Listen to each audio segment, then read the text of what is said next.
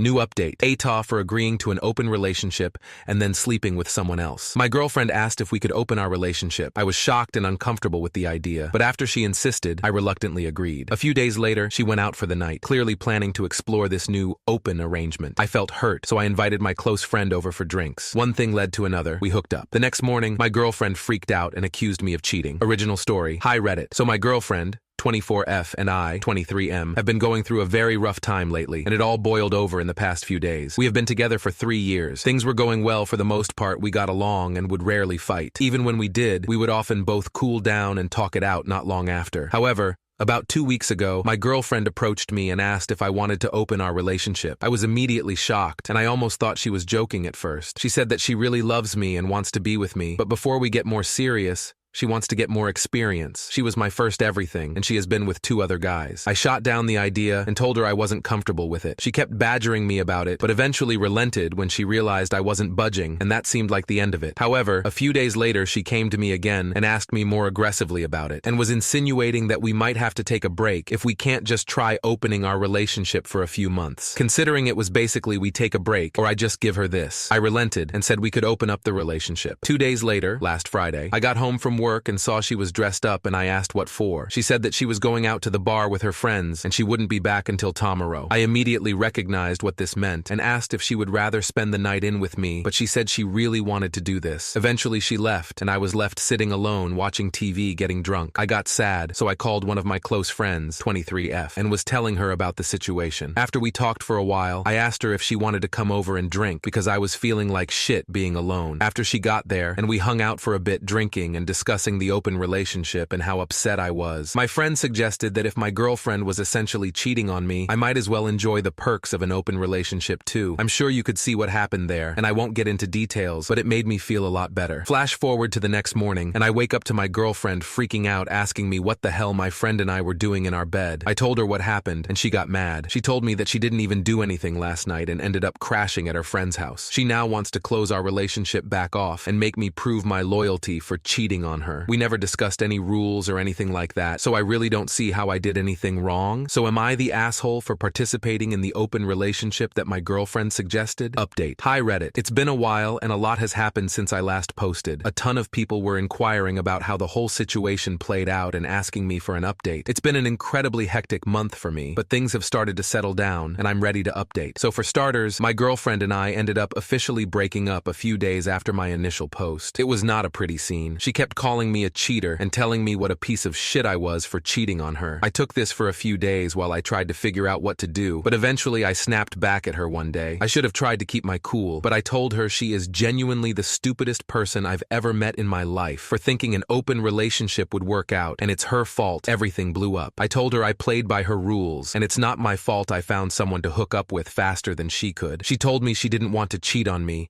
She wanted to explore, and I should have understood. We went in circles arguing for a bit, but I eventually told her to get out of my apartment. I pay rent and my name is on the lease. And I had to threaten to call the cops before she realized I was serious. She of course then broke down crying, saying she had nowhere to go, and told me she loved me and wanted to make things work. I held firm and told her to leave. After she was out, I immediately felt better and realized that relationship was terrible for me. The next day I called up my friend, who I slept with in the original post, and asked if she wanted to come over and drink and game. She said yes, and of course given what happened last time, we ended up hooking up again. My ex ended up coming by the next day to pick up the rest of her stuff, and boy, let me tell you, she was not happy to see my friend. She didn't start anything, but I could tell by the way she was acting, she was seething. My friend and I ended up talking more and more after that, until I eventually officially asked her out, and she said yes. We have been together for the past month, and to say this is a healthier, better relationship would be an understatement. I have been friends with her for a long time, and I think we've both always sort of had a thing for each other, but never really acted on it until we were basically handed that perfect opportunity by my ex. We have a lot more in common, and we are a lot better at communicating with each other, and so far this whole relationship has been amazing. Thank you all for the advice on the previous post, I really appreciate it. Relevant comments. Commenter, NTA. She was clearly not on the same page about the open relationship and tried to manipulate you with accusations and guilt trips. You held your ground, and it sounds like you ended up in a much better situation. Commenter, sounds like you dodged a bullet there, bro. Open relationships can be tricky, and it's good you found someone who gets you better. Sometimes you gotta go through the chaos to end up in a better place. Keep enjoying that new relationship. Story 2. AITAH for banning my stepson from living in my home.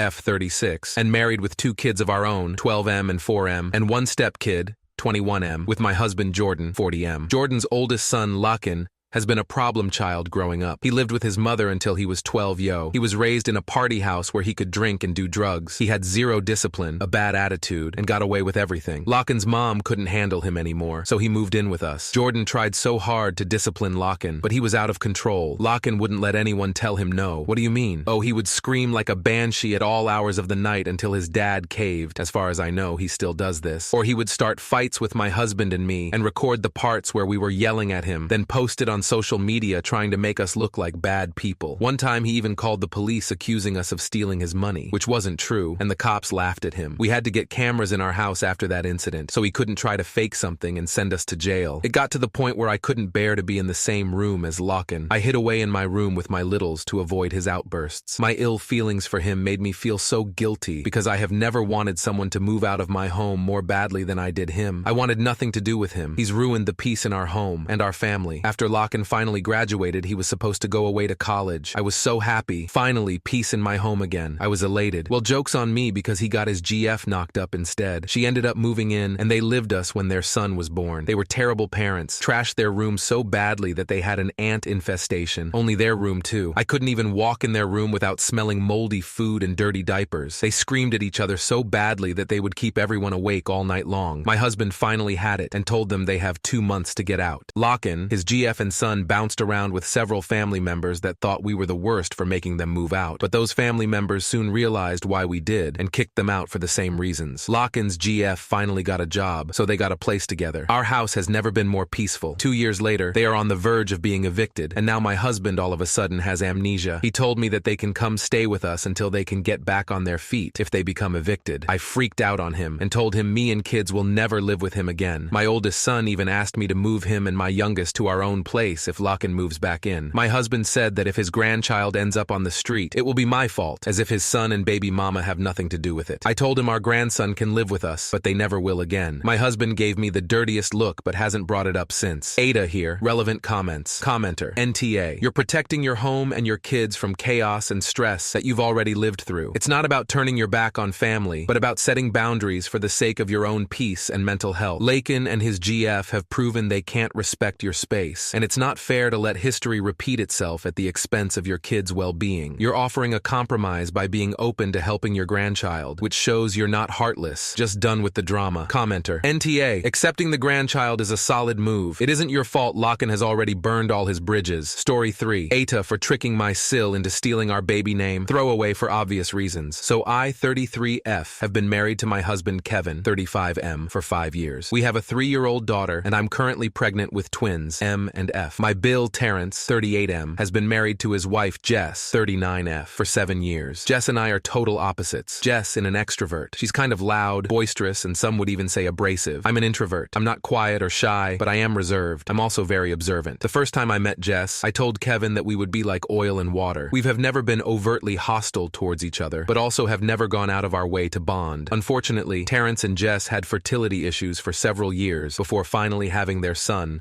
a couple weeks ago. Prior to this, Jess was very odd towards us when I was pregnant with our daughter. The best way to describe it is hot and cold. One minute she pretended like she didn't care while we were talking about it at family gatherings. The next she was volunteering to throw the baby shower. I gave a firm no to that. We both assumed the behavior was because of their fertility issues and didn't think too much of it. But the strangest thing she did was almost demand to know what we were naming our daughter before we announced it. She asked us constantly after our gender reveal and got visibly annoyed when we just laughed her off and said it was a secret. We couldn't understand why the hell she cared so much as she was not expecting at this time. Regardless, we didn't share the name with anyone. When our daughter was born and her name was finally announced, Jess was kind of obsessed with it. IDK how to explain it. She just kept going on and on about how beautiful and unique it was. To this day, she comments about how different it is. The name we chose is a pretty common Welsh name, which wouldn't be all that different, except for the fact that we are African American LOL. I've always gravitated towards names from different regions and found and fell in love with the name years ago and never shared it with anyone prior to Kevin. Fast forward to both of us being pregnant at the same time. Jess's odd behavior continued towards me, but this time it was more blatant. Snarky comments under the guise of jokes about how big I was going to get with 2 babies, and that my body would never snap back like it did after our daughter. She even accused us of getting pregnant on purpose after she announced her own pregnancy, even though the whole family knew we were actively trying, and at the time of her announcement, I was already a few weeks along and didn't know. One thing about me, introvert or not, I'm no pushover and will stand up for myself, but I chose to ignore Jess because I knew that would get to her more than confronting her would, since she seems to thrive off drama. Jess was obviously much further along than we are. However, we did have our gender reveal prior to Jess giving birth, and right on cue, the baby name interrogation started again. Because they decided not to find out the gender of their baby in advance, Jess kept hounding us for both of the names we had already picked out. But again, we declined to answer. After days of this, I got annoyed and asked Kevin if he thought the reason for her insistence was so she could use the name first, since she was due first. He kinda chuckled until he realized I was serious and said he didn't think so, but that anything was possible. So I said, let's test it. We were due to host my Phil's birthday at our house a couple weeks later, and I decided to leave something in the unfinished nursery with a girl and boy name on it and see if Jess went snooping. Because Kevin thought it was silly, he said he would give me $20 if she did it. So I went onto some site where you can order custom name wall decals and put in the names Aria Rose and Sebastian Ali. These are names that we like, but aren't remotely close to what we chose. This will also be our last pregnancy, so even if Jess did use them, we wouldn't care. I didn't complete the order. I got to the final page and then printed it out and hid it in a dresser drawer in the nursery. The party goes off, but because we were busy hosting, we never noticed if Jess disappeared for any extended period of time. When I went into the nursery the next morning, nothing was out of place, and the order sheet was still in the exact location. So we both just went, welp, and forgot about it. I did, however, notice that Jess never asked us about the names again. Then Jess gives birth. We went to the hospital to give our congrats. When we go in and see the baby, I asked what his name was, and man, I cannot properly explain the shit-eating grin that came over Jess's face as she says Sebastian Ali. I mean, she was really proud of herself, and honestly, it's the most vindictive I have ever seen her look in the years I've known her. But instead of reacting how she was expecting, I put on a performance like I had graduated from Juilliard. OMG, that's such a great name. He's so cute. Look at his whittle face. Oh, I just love him so much. Welcome to the world, Sebastian. Auntie is gonna spoil you rotten. I mean, I am laying it on thick, without an ounce of bother. The range of emotions on Jess's face went from shock to confusion to rage in a span of maybe 17 seconds. Meanwhile, my husband is holding in the laugh of the century. We later say our goodbyes, and he gives me a 20 in the elevator while almost crying laughing. All I could say was, like I thought, this was 2 weeks ago, and we haven't seen them since, because we wanted to give them time to settle in with the new baby. I have heard from my MIL that Jess doesn't seem as thrilled about motherhood as she thought she would be, considering how long it took them to conceive, but said it might just be baby blues. Obviously, I think she's just disappointed that her petty move didn't have the desired effect on us. I did share this with my sister, and while she laughed initially, she did say it was kind of an AH move. So, AITAH, thank you so much for watching until the end. If you enjoyed our videos, please don't forget to like, share, and subscribe to stay updated with our latest ones. Have a great day.